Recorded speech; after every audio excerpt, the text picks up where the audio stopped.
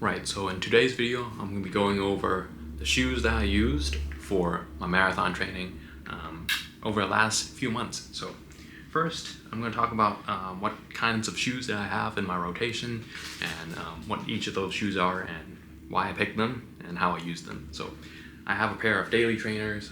These are the Novablast 4s, a long run shoe, and also my marathon racer, the Superblast, and also a pair of speed shoes, which are the Puma Deviate Nitro 2s. So first, let's talk about my daily trainer and why I chose the Novablast 4s as my daily trainer. So before, I had the Novablast 3s, and I chose to upgrade to these after I retired my Novablast 3s. However, I think Novablast 3s actually had a better pace range, so it could handle easy runs as well as long runs and also some faster, speedier tempo sessions. But the Novablast 4s didn't really have that sort of wider pace range. I mostly use these for my easier and recovery runs and sometimes my easy long runs. First, I'm going to talk about what I really liked about these. So these are very supportive, very stable, and very protective. So since there's more foam than the 3s, these are more protective than the 3s, I believe. They're also more stable and more predictable in the foam, how the foam reacts to your foot strike. As a 4-foot striker, as you can see, I have around like 300 miles on these, so you can see the wear pattern on the bottom, mostly a 4-foot striker. These work quite well for me as a 4-foot striker. However, I still think it's quite a bulky shoe, so I wouldn't really use these if I am not training for a very long distance race. I think there are other options that are more nimble, such as Novablast 3s or a shoe I'm going to show you later that are more nimble, better for shorter workouts and speedier stuff. But these, they're really good at eating up all of the easy miles. When you're building your volume during marathon training, these are going to help you eat up all of those volume very easily. So I think that's what the shoe is really designed for, just a lot of long, easy miles. This can handle very well. So every time I put these on, I'm just reminded to run easier, and they're super comfortable for all of your easier base building runs.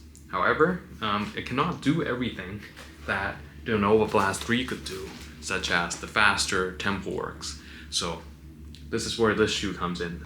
This is the Puma Deviate Nitro 2s. I got these specifically for high rocks, actually. What I love about these is the grip. So these has really good grip, especially for the sled push. Yeah, it has a better pace range than Novablast 4s. It feels really good when you're going fast, but also handles your slower pace as well.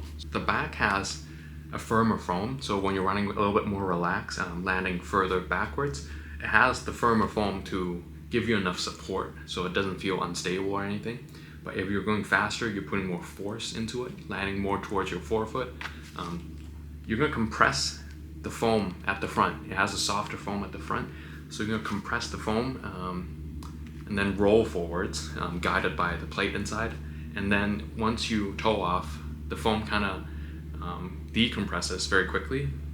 With this Nitro Elite foam, it feels very great. So I like how resilient the foam at the front is. It's very soft, so very comfortable when you're going fast. And then the back is sort of more supportive, a firmer foam. So very good pace range for these. So yeah, I really love going faster in these.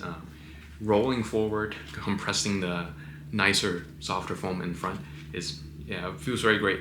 So yeah, this is the shoe that I would pick for all of my speed work. Anything above half marathon effort, all the way up to even a sprint, I'll use these.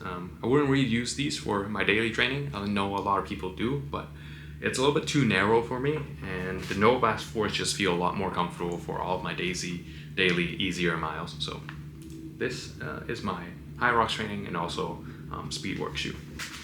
Right, and finally I have my marathon racer and also my long run shoe. So I think this is a very specific kind of shoe that I got. Got these in December.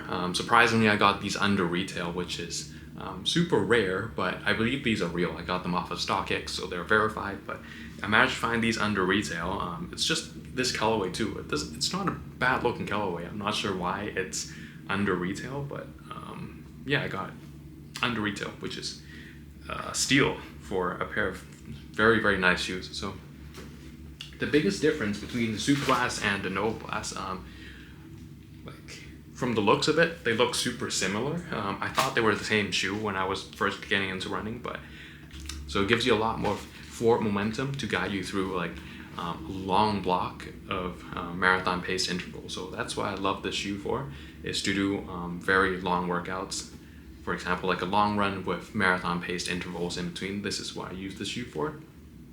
However, I wouldn't use this for any of my shorter runs. It doesn't really make sense for me since this is such a high stack shoe. So when I put it on, at first I could feel how bulky the shoe is. So it feels like a lot of stack. It takes some time to get used to.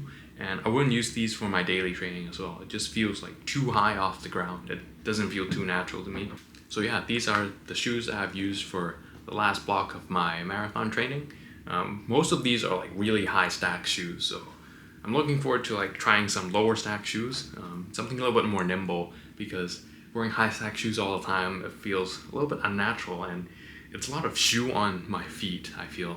Don't get me wrong, this is a great shoe, but it feels quite clunky at times, and I'm quite excited to try something a little bit more smaller and nimble. So, but yeah, still got a lot of life left in all three of these shoes. I've only got like 300 miles in these and around like 200 in the other two. So yeah, once I get these up to like 600 miles, I'll probably like retire them and get something new.